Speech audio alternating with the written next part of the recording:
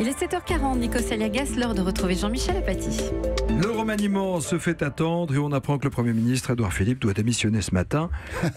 Qu'est-ce que ça signifie concrètement, qu'on n'aura pas de Premier ministre pendant quelques temps, pendant quelques minutes? Oui, c'est ça, vraiment quelques minutes, parce qu'il est prévu, alors les choses se passeront sans doute comme ça, que ce matin, Édouard Philippe présente sa démission à Emmanuel Macron, qui aussitôt va lui dire, mais Édouard, continue, j'ai besoin de toi, et donc après il va former, son gouvernement.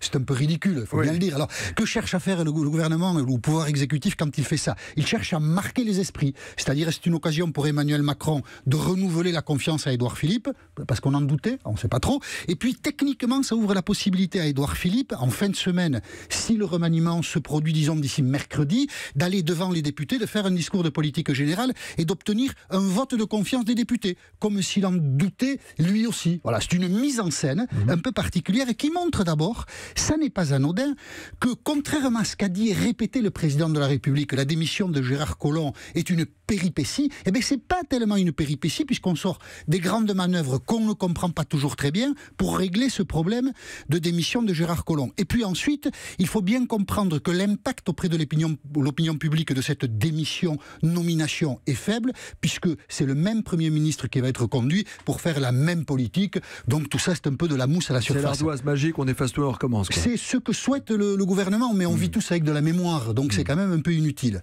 Le fond du problème, c'est quand même de remplacer Gérard Collomb au ministère de l'Intérieur. Et ça, visiblement, on a beau dire ce qu'on veut, mais ça n'est pas facile pour le gouvernement. On en a déjà parlé ici, ils savent pas trop qui nommer, ils n'ont pas beaucoup de ressources. Le journal du dimanche hier a fait un scoop assez formidable.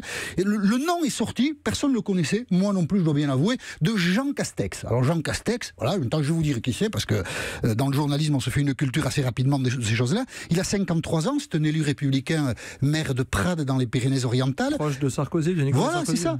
Ancien fonctionnaire et qui a été secrétaire général de l'Élysée. Alors la partie gauche de la Macronie, parce que ça existe, quand ils ont appris qu'un sarkozyste pouvait être au ministère de l'Intérieur, alors là, grosse crise de foi. Et depuis hier, ils font le siège du président de la République pour lui dire, mais ne nomme pas un sarkozyste à l'intérieur. Et donc on peut assister, mais... En fait, Emmanuel... Castex pour le gouvernement. Absolument, c'est pas mal, tiens, j'avais pas pensé à celle-là.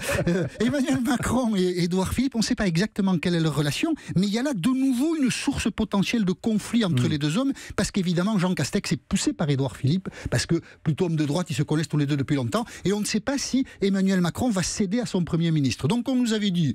Gérard Collomb, péripétie, Tintin, Gérard Collomb, c'est beaucoup plus difficile qu'on imaginait pour le remplacer. Vous avez un nom, vous mettez un billet sur quelqu'un? Ah non, sur personne, non, là, parce que si vous déjà j'aime pas les paris, là, là on n'y voit pas clair encore.